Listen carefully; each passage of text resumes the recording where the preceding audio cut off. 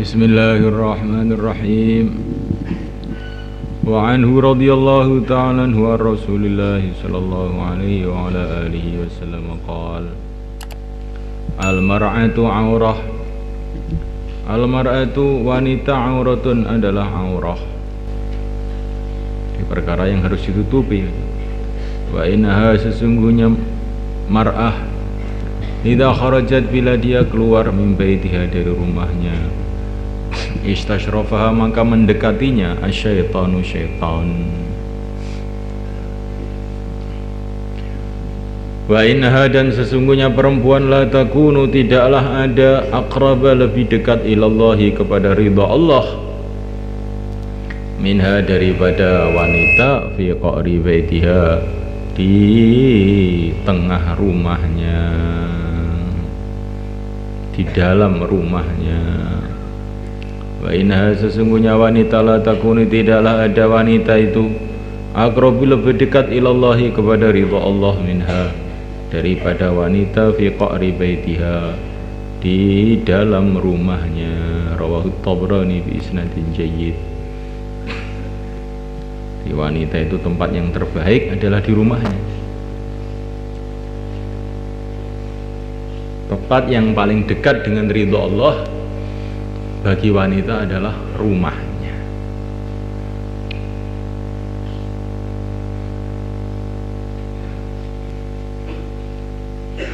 Mafhumnya, tempat yang paling jauh bagi wanita itu dari ridha Allah kalau dia keluar rumah. Maka syaitan itu usaha habis-habisan bagaimana wanita itu keluar rumah.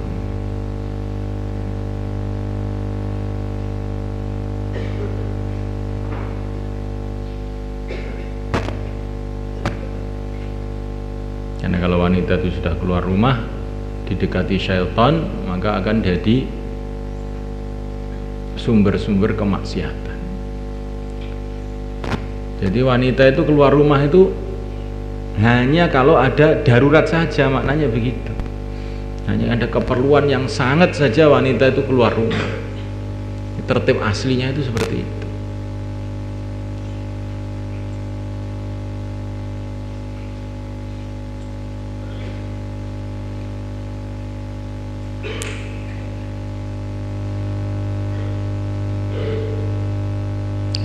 Sendiri dengan mata kita sendiri bagaimana kalau wanita-wanita itu keluar rumah itu nanti akhirnya ya nggak baik,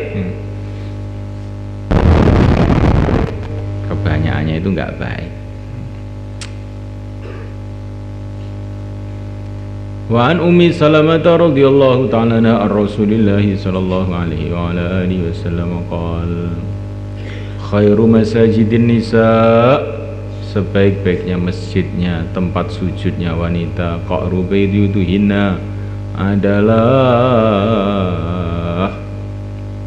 qa'ru buyutihinna adalah dalam rumahnya.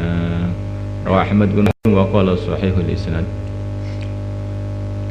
Wa Ali bin Mas'ud radhiyallahu ta'ala anhu 'anil Nabi sallallahu alaihi wa ala alihi wasallam qala inna ahabba salatil mar'ati, sesungguhnya paling menyukakannya sholatnya seorang wanita, sholatnya wanita yang paling menyukakan Allah, yang paling disukai oleh Allah. Inna ahabba sholatil mar'ah, sesungguhnya sholat wanita yang paling menyukakan ilallahi kepada Allah fi asyaddi makanin adalah di dalam paling sangatnya tempat fi baitiha di rumahnya, zulmatan gelapnya. Jadi di tempat yang paling gelap di rumahnya. Fi asyaddi makanin fi baitiha zulmatan, di tempat yang paling gelap di dalam rumahnya. Rawahu Ibnu Huzaimah.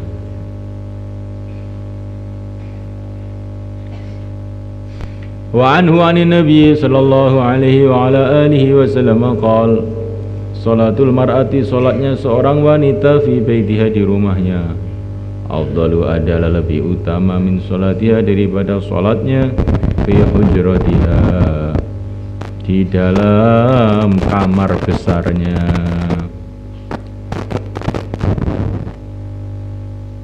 Jadi bait itu kamar yang lebih kecil, kemudian hujrah itu kamar yang lebih besar.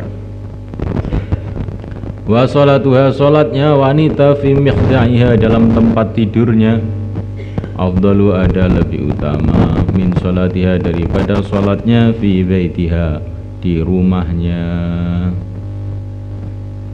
di kamarnya. Jadi pokoknya maksudnya ini pembagian rumah pada zaman itu. Mikhda' itu paling tempat tidur yang paling sembunyi, itu yang paling baik. Pokoknya tempatnya paling sembunyi, paling baik lah bagi wanita.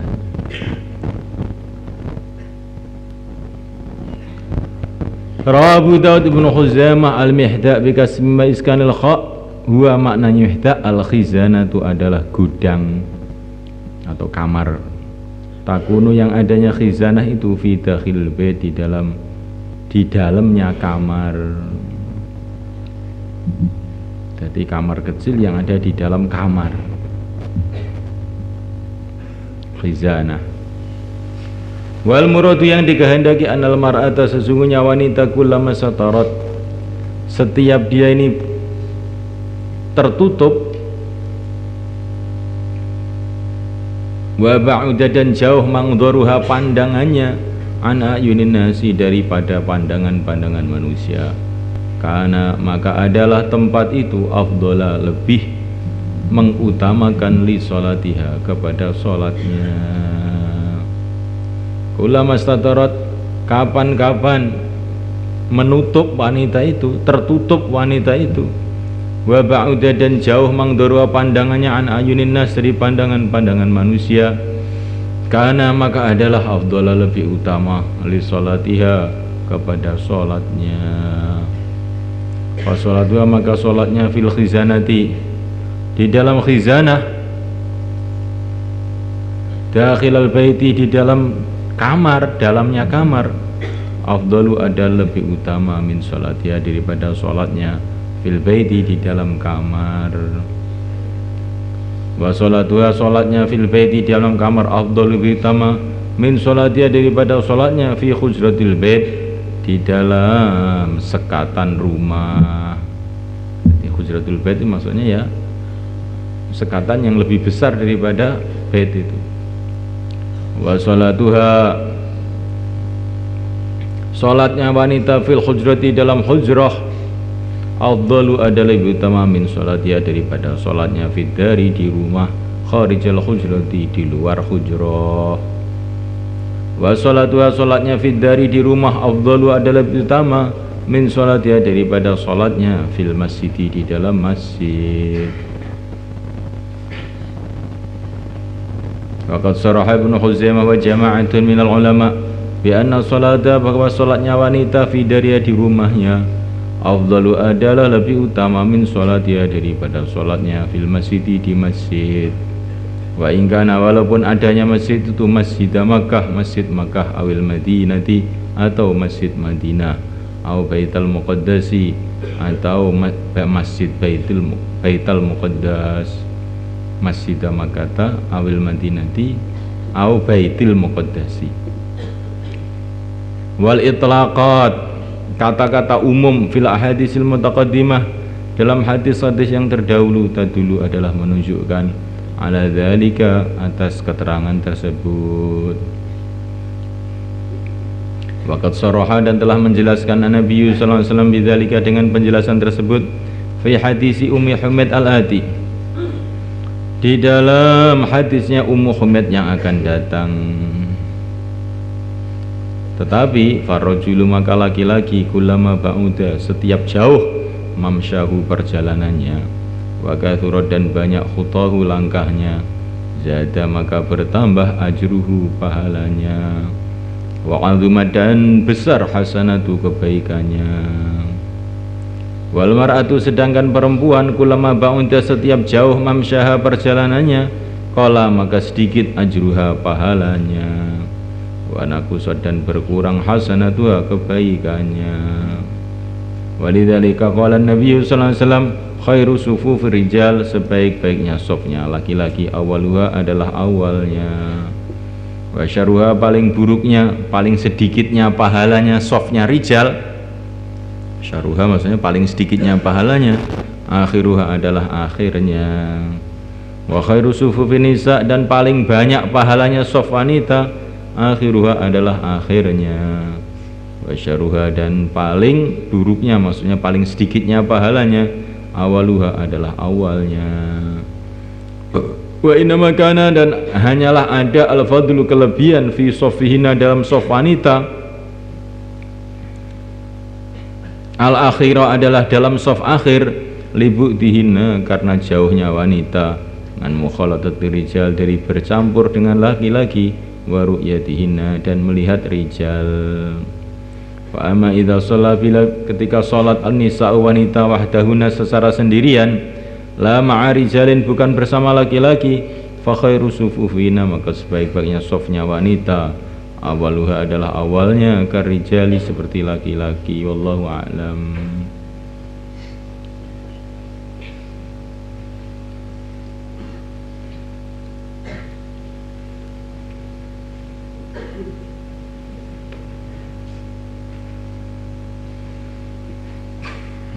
Nah, ini tertib ini yang susah difahami orang sekarang.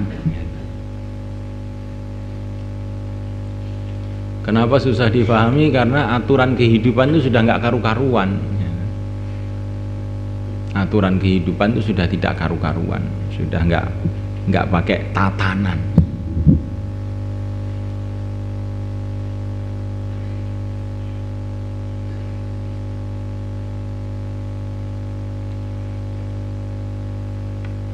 Nah, ketika kehidupan itu sudah nggak pakai tatanan, maka jadinya semerawut, ditata itu jadi susah difahami. Ya, tertib dalam agama ini, laki-laki itu sebagai pimpinan di dalam keluarga, dialah yang bertanggung jawab untuk infak kepada keluarga itu.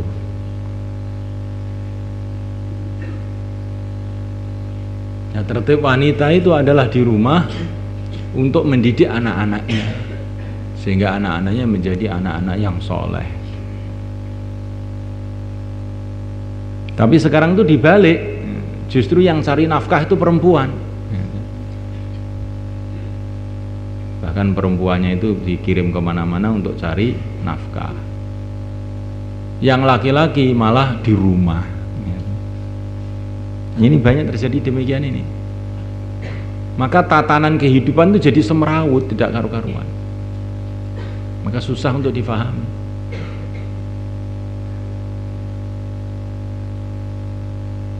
Tapi kalau orang itu kembali kepada tatanan agama, laki-laki yang tanggung jawab untuk nafkah, wanita tanggung jawab untuk mendidik anak-anak,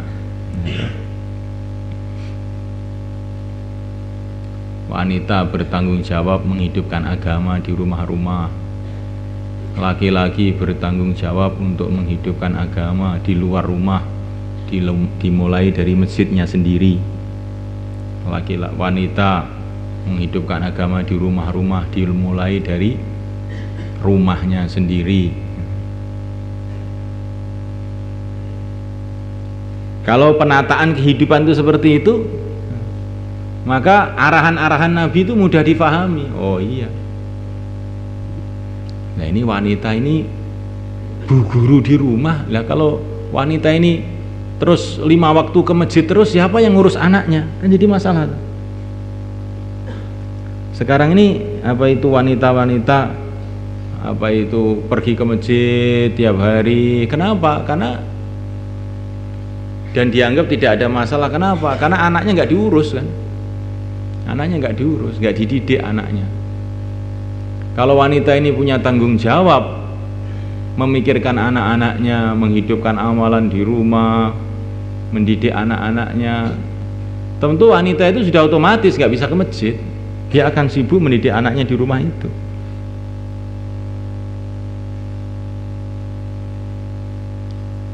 Ya nggak? Kamu pikirkan, ya nggak?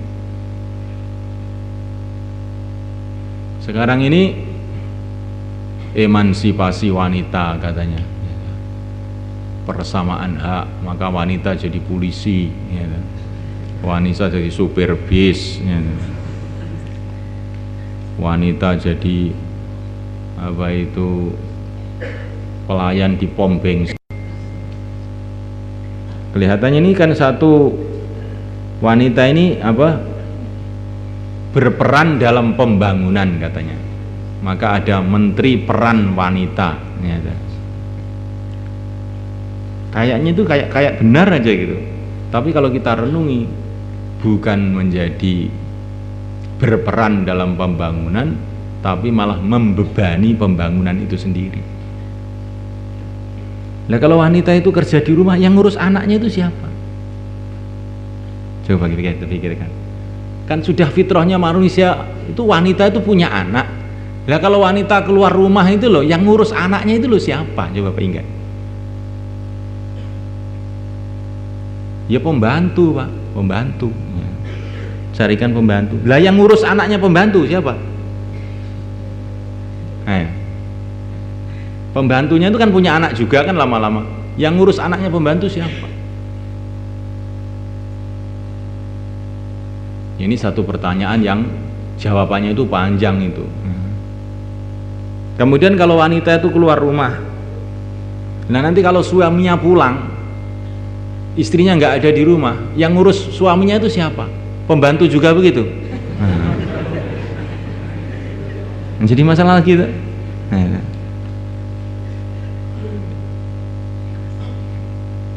Jadi wanita keluar rumah ini permasalahannya itu jadi banyak. Kelihatannya ini seperti wanita itu berperan dalam pembangunan, tapi malah ini jadi permasalahan dalam pembangunan itu sendiri.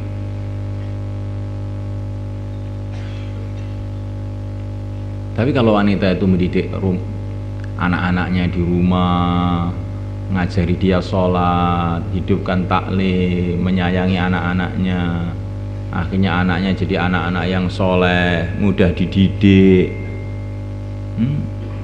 akhirnya jadi pejuang-pejuang, jadi wali-wali Allah, kan lebih baik daripada wanita itu keluyuran kemana-mana, anaknya tidak terurus, akhirnya diurus orang terminal. Ini kenyataan ini. Tapi ini semua jangan difahami terus wanita tidak boleh ke masjid. Karena ini pemahaman ini langsung dipangkas oleh Nabi, la tamna'u ima Allah masajid Allah. Jangan wanita itu dilarang ke masjid. Jadi maksudnya wanita itu juga tetap boleh ke masjid, tapi dengan pakai tertib supaya tidak menimbulkan fitnah. Wanita-wanita yang sudah tua-tua, ya, yang di rumah sudah nggak punya anak yang harus diurus, ya tentu itu ke masjid itu baik. Bahkan apa itu istri-istri Nabi pun juga ke masjid, ya. Tapi pokoknya itu wanita itu digalakkan di rumah memang, tetapi bukan berarti dilarang ke masjid. Dan selagi di rumah itu tidak menimbulkan mudarat yang lebih besar lagi. Seperti pada zaman sekarang yang sering saya katakan, sekarang rumah itu tidak bisa dikatakan rumah, ya. Rumah itu sekarang jadi bioskop, ya. Rumah itu tidak bisa dikatakan rumah lagi sekarang. Rumah itu jadi tempat kerusakan.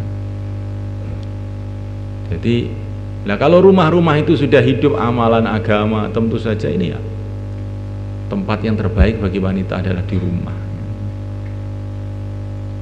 Tapi saya ulang lagi, bukan berarti dilarang ke masjid, ya. Bahkan dalam beberapa hadis kan ada wanita ke masjid bawa anaknya nangis, maka Nabi mengatakan sebetulnya tadi saya itu sholatnya ingin saya perpanjang, tapi gara-gara ada anak nangis di masjid, maka saya pendekkan karena ini saya khawatir memberatkan kepada ibunya. Jadi Nabi itu juga tidak melarang, bukan Nabi terus, "Hei, nggak boleh bawa anak ke masjid, nggak boleh wanita ke masjid," tidak seperti itu. Di rumah paling baik, tapi tidak dilarang di masjid. Ummahatul mukminin pun pergi ke masjid. Bahkan dalam Ramadan pun wanita-wanita iktikaf di masjid. Zaman Nabi dilihat Nabi juga. Jadi orang itu yang tengah-tengah gitu loh. Wanita itu ditargib untuk menghidupkan amalan di rumah, tetapi jangan sampai ketingkatan terus nggak boleh ke masjid. Itu pemahaman yang keliru. Begitu juga keliru kalau wanita itu ditargib habis-habisan untuk pergi ke masjid. Itu juga keliru juga.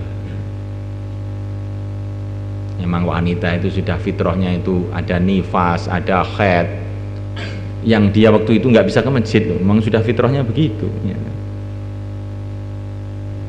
Wanita itu ada waktu-waktu menyusui yang susah untuk ke masjid memang. Jadi memang fitrah wanita itu sendiri yang paling cocok tuh di rumah. Tapi rumah yang bagaimana? Nah, rumah yang dihidupkan satu suasana yang baik.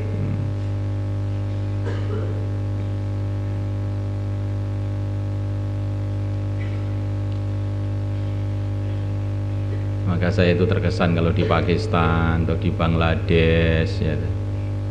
Rumah-rumah itu di Bangladesh itu terutama rumah itu sangat-sangat sederhana di sana itu. Seperti kandang ayam kalau ke sini itu. Ya. Tetapi itu enak kalau ditempati itu enak gitu loh. Di rumah itu ada pagarnya, walaupun pagarnya itu pagar hidup dari apa itu daun-daun berduri begitu, ada pagarnya, ada halamannya di dalam, sehingga wanita itu bisa dapat udara di dalam rumahnya. Jadi rumah itu memang didesain wanita itu tinggal di rumah itu bisa enak gitu. Bukan seperti orang Jawa ini bikin rumah senangannya yang mepet jalan, halamannya langsung ke jalan, sehingga rumah itu jadi tidak berfungsi untuk apa itu kebaikan, jadinya malah untuk tempat mejeng ya. Itu anak-anaknya pada keluar, wanita-wanita bersihin kaca ya, sambil mejeng di pinggir jalan ya. Ini orang Jawa, kita kan orang Jawa toh ya. Orang-orang Indonesia lah gitu. Jadi rumah itu tidak untuk tutup aurat, malah tempat untuk tidak baik. Sore-sore duduk di kursi-kursi depan rumah ya. Ini setan kan pandai sekali. Dengarkan musik lagi ya. Ini bagaimana kalau rumah ini kan sudah bukan rumah ini namanya.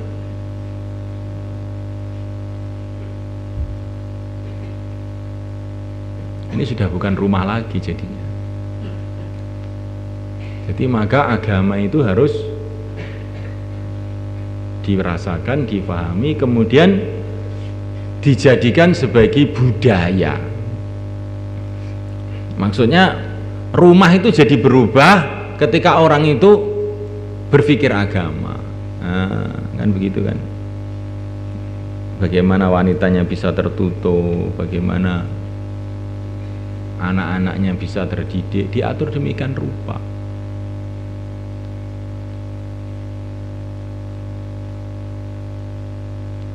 Nah ini kamu orang-orang yang sudah sedikit-sedikit belajar agama ini, kamu merenungi gimana ya bisa ngerubah rumahnya. Wah, rumah tempat saya itu sempit sekali, susah, gimana ya. Di Sumatera masih banyak tanah ya. Kirian sana masih kosong ya. Nggak usah beli ya. Jadi kalau orang itu ingin satu islah itu ya ada aja jalannya.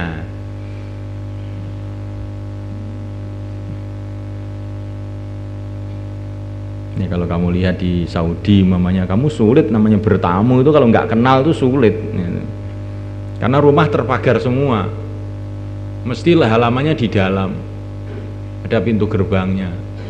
Kadang-kadang kalau rumahnya kecil halamannya di atas, yang namanya satah. Satah itu sejak zaman Nabi ada, di halaman itu di atas, sehingga tidak memudahkan dilihat auratnya. Ini perlu kita renungi perkara-perkara seperti ini.